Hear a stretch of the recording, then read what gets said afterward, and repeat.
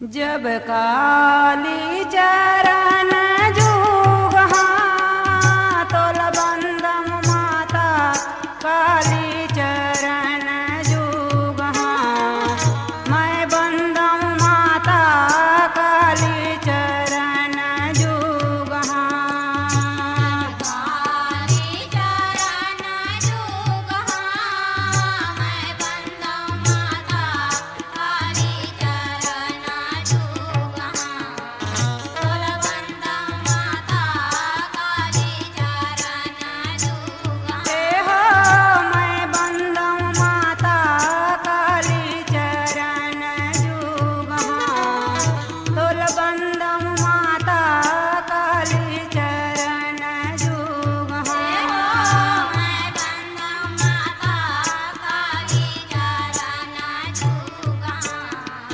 तोल बंदम माता काली चरण जुगहा जब काली चरण जुग बंदम माता गिरिजा सुत के पावे काली चरण जुग बंदम माता गिरिजा सुत के पावे काली चरण जुग बंदम माता गिरिजा सुत के पावे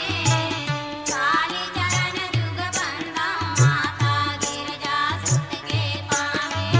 जब काली चरण जुग बंदम माता गिरिजा सुत के पावे सोन रूप दंतेश्वरी बंदम हनुमत चरण मनावा शंभु भवानी बंदम माता भैरव के पग जोरी शारदा माई दुलरूला बंदम करो सहायक मोरी जब कर जोरी सरस्वती लबंदम काली चरण जुगहा मैं बंदम माता काली चरण जुगहा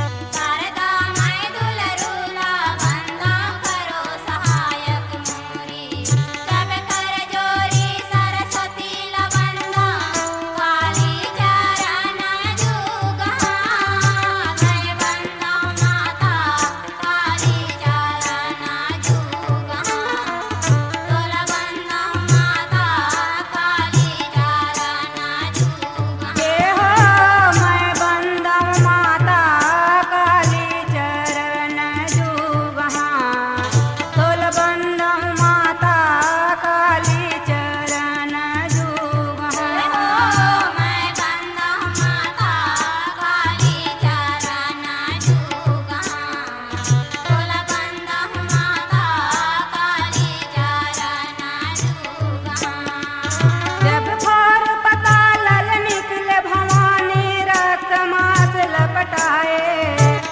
और पताल निकले भवानी रक्त मांस लपटाए और पताल निकले भवानी रक्त मांस लपटाए और पताल निकले भवानी रक्त मांस लपटाए जब फार पताल निकले भवानी रक्त मांस लपटाए